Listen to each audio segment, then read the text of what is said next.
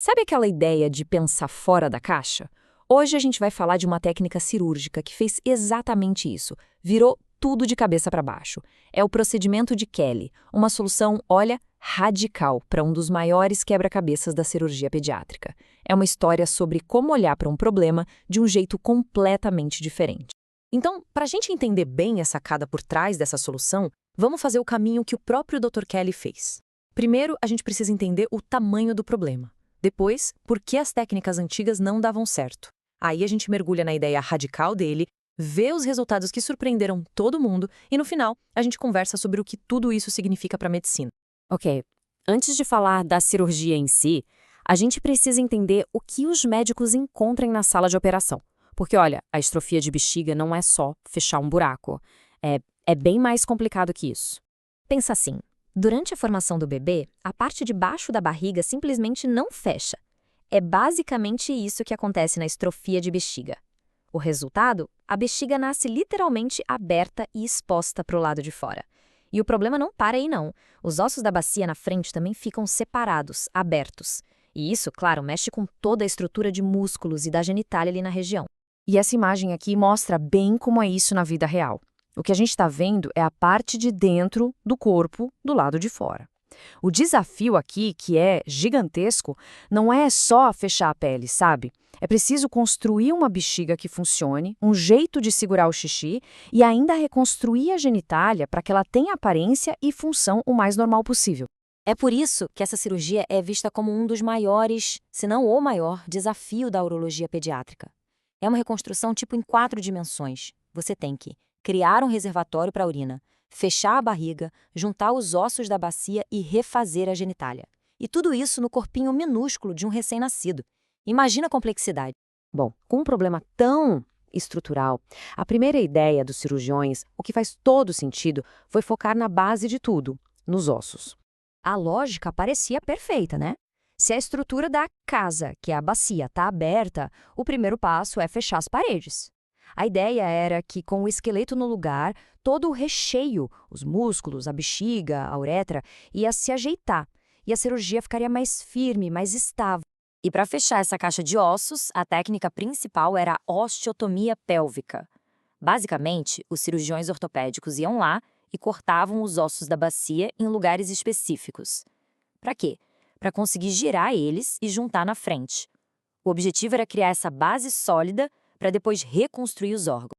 Só que foi aí que o Dr. Justin Kelly notou uma coisa que mudou o jogo completamente.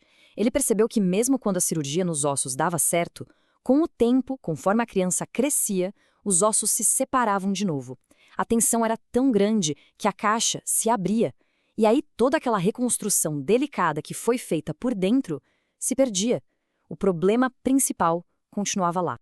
E foi essa falha que acontecia sempre que deu um estalo no Kelly. E se? E se todo mundo estivesse olhando para o problema do jeito errado? E se a resposta não estivesse nos ossos, mas sim nos tecidos, nos músculos? Essa foi a faísca que acendeu uma abordagem completamente radical. Olha só, essa comparação aqui resume perfeitamente a virada de chave. Os métodos antigos focavam nos ossos. A técnica era cortar o osso para juntar as paredes. Já a filosofia do Kelly inverteu a lógica. O foco foi para os músculos e tecidos. A técnica passou a ser uma mobilização radical das partes moles. O objetivo não era mais juntar o continente, e sim reorganizar o conteúdo. Essa analogia do cômodo é simplesmente genial. Resume a inovação toda. Pensa bem, em vez de ficar se matando para manter as paredes juntas, por que não soltar todos os móveis das paredes e montar tudo de novo no centro do quarto, sem depender das paredes? Na época, essa ideia de ignorar os ossos e focar só no que estava dentro era quase uma heresia cirúrgica.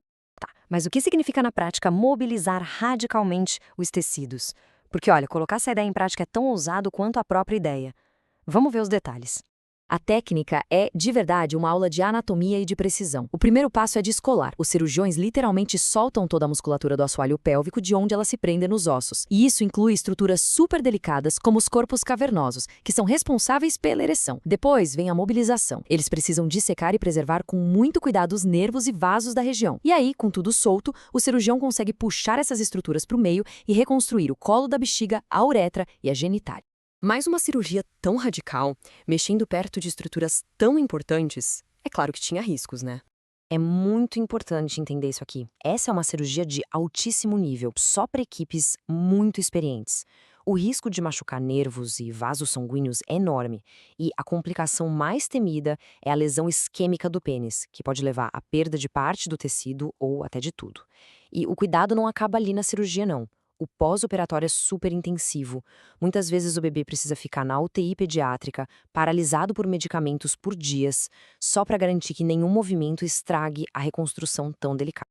Então, com riscos tão altos, a grande pergunta era: vale a pena? O resultado compensa? A comunidade médica ficou de olho, acompanhando os casos. E o que eles descobriram foi, no mínimo, surpreendente.